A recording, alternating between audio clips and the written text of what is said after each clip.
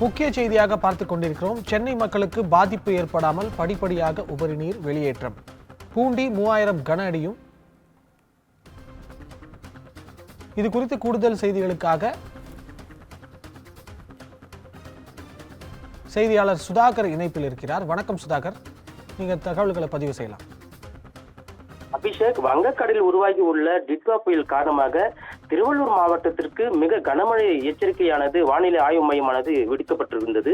இதனால் முன்னெச்சரிக்கை நடவடிக்கையாக பூண்டி நீர்த்தேக்கத்திலிருந்து கடந்த 2 நாட்களாக கொசத்தலை ஆற்றில் வினாடிக்கு 200 கன அடி திறக்கப்பட்ட உபரி நீர் படிப்படியாக அதிகரித்து வினாடிக்கு 4000 கன அடி வரை உயர்த்தப்பட்டது.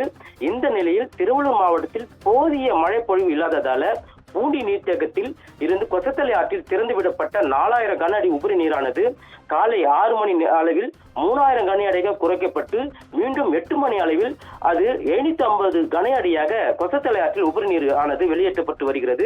நீர்த்தேக்கத்துக்கு காலை 6 மணி நிலவரப்படி 1890 கன அடி நீர்வரத்து வந்து கொண்டிருப்பதன் காரணமாகவும் தற்போது அந்த நீரானது 9 மணி நிலவரப்படி அது 1000 கன அடியாக குறைந்து வருகிறது.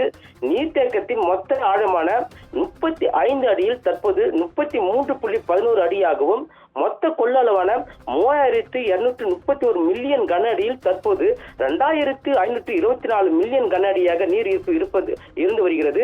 மழை பொழிவு நீர்வரத்து அதிகரித்ததால் கொசத்தலை ஆற்றுக்கு உபரி நீர் திறப்பு அதிகரிக்கக்கூடும் என்பதால் கொசத்தலை ஆற்றின் கரையோரமாக வசிக்கக்கூடிய நம்பாக்கம், கிருஷ்ணாபுரம், ஆற்றம்பாக்கம், ஒதப்பை, நெய்வேலி, எரியூர், வெள்ளியூர், பீமந்தோப்பு, தாமரைப்பாக்கம், திருக்கண்டலம், மணலி புதுநகர், சடையாங்குப்பம், எண்ணூர் ஆகிய 30க்கும் மேற்பட்ட கிராம மக்களுக்கு மாவட்ட நிர்வாகம் சார்பில் வெள்ள அபாய எச்சரிக்கை விடுக்கப்பட்டுள்ளது.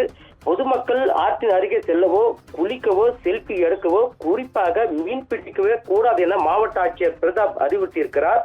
மீறுபவர்கள் மீது கடுமையான நடவடிக்கையும் எடுக்கப்படும் எனவும் அவர் தெரிவித்திருக்கிறார். அபிஷேக்,